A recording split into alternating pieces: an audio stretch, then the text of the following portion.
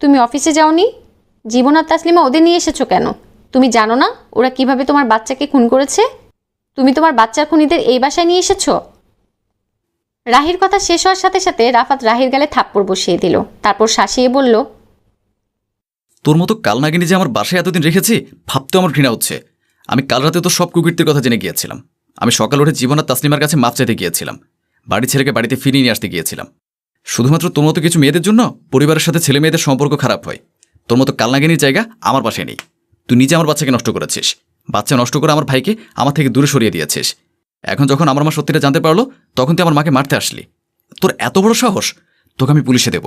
তুই এক্ষুনি আমার বাসা থেকে বেরিয়ে যা, নইলে তোকে আমি যে কি করবো তুই নিজেও জানিস না। আমি কার জন্য আমার নিজের ছেলের সাথে খারাপ ব্যবহার করেছি? একটা বেইমানের জন্য। কালনাগিনী, তাড়াতাড়ি আমার বাসা থেকে বের হ, না হলে আমি তোকে খুন করে ফেলবো।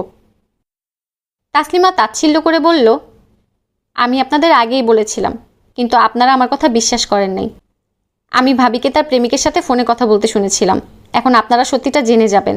সেই জন্য ভাবি বুদ্ধি খাটিয়ে আমার নামে মিথ্যা কথা বলেছিল, যেন আপনারা আমাকে বাসা থেকে বের করে দেন, আর ভাবির পথের কাটাও যেন দূর হয়ে যায়। আপনারা ভাবির জালে পা দিয়ে ফেলেছিলেন, আমার কথা বিশ্বাস করেননি, এমনকি নিজের ছেলেকেও তাড়িয়ে দিয়েছিলেন। আজকাল আমার মা ভাইয়ের কাছে নিজের ছেলের ভাইয়ের থেকে পরের মেয়ের কথা বেশি গুরুত্ব। সত্য মিথ্যা যাচাই না করে আমাকে বাসা থেকে বের করে দিয়েছিল। জহুরা ছেলেও ছেলের বউর কথা শুনে মাথা নত করে ফেলল। কথা বলার মতো কোনো ভাষা নেই। রাফাতও নিশ্চুপ হয়ে গেল, তবে বেশিক্ষণ নিশ্চুপ থাকলো না। সেদিন আমি তোদের বাসা থেকে বের করে দিয়ে ভুল করেছিলাম, কিন্তু আজকে আর কোনো ভুল করব না। রাহির মতো কালনাগিনীর জায়গা আমার বাসায় নেই। ও যার সাথে প্রেম করে তার কাছে গিয়ে থাকুক। বলেই রাহির ঘাট ধরে বাড়ি থেকে বের করে দিল।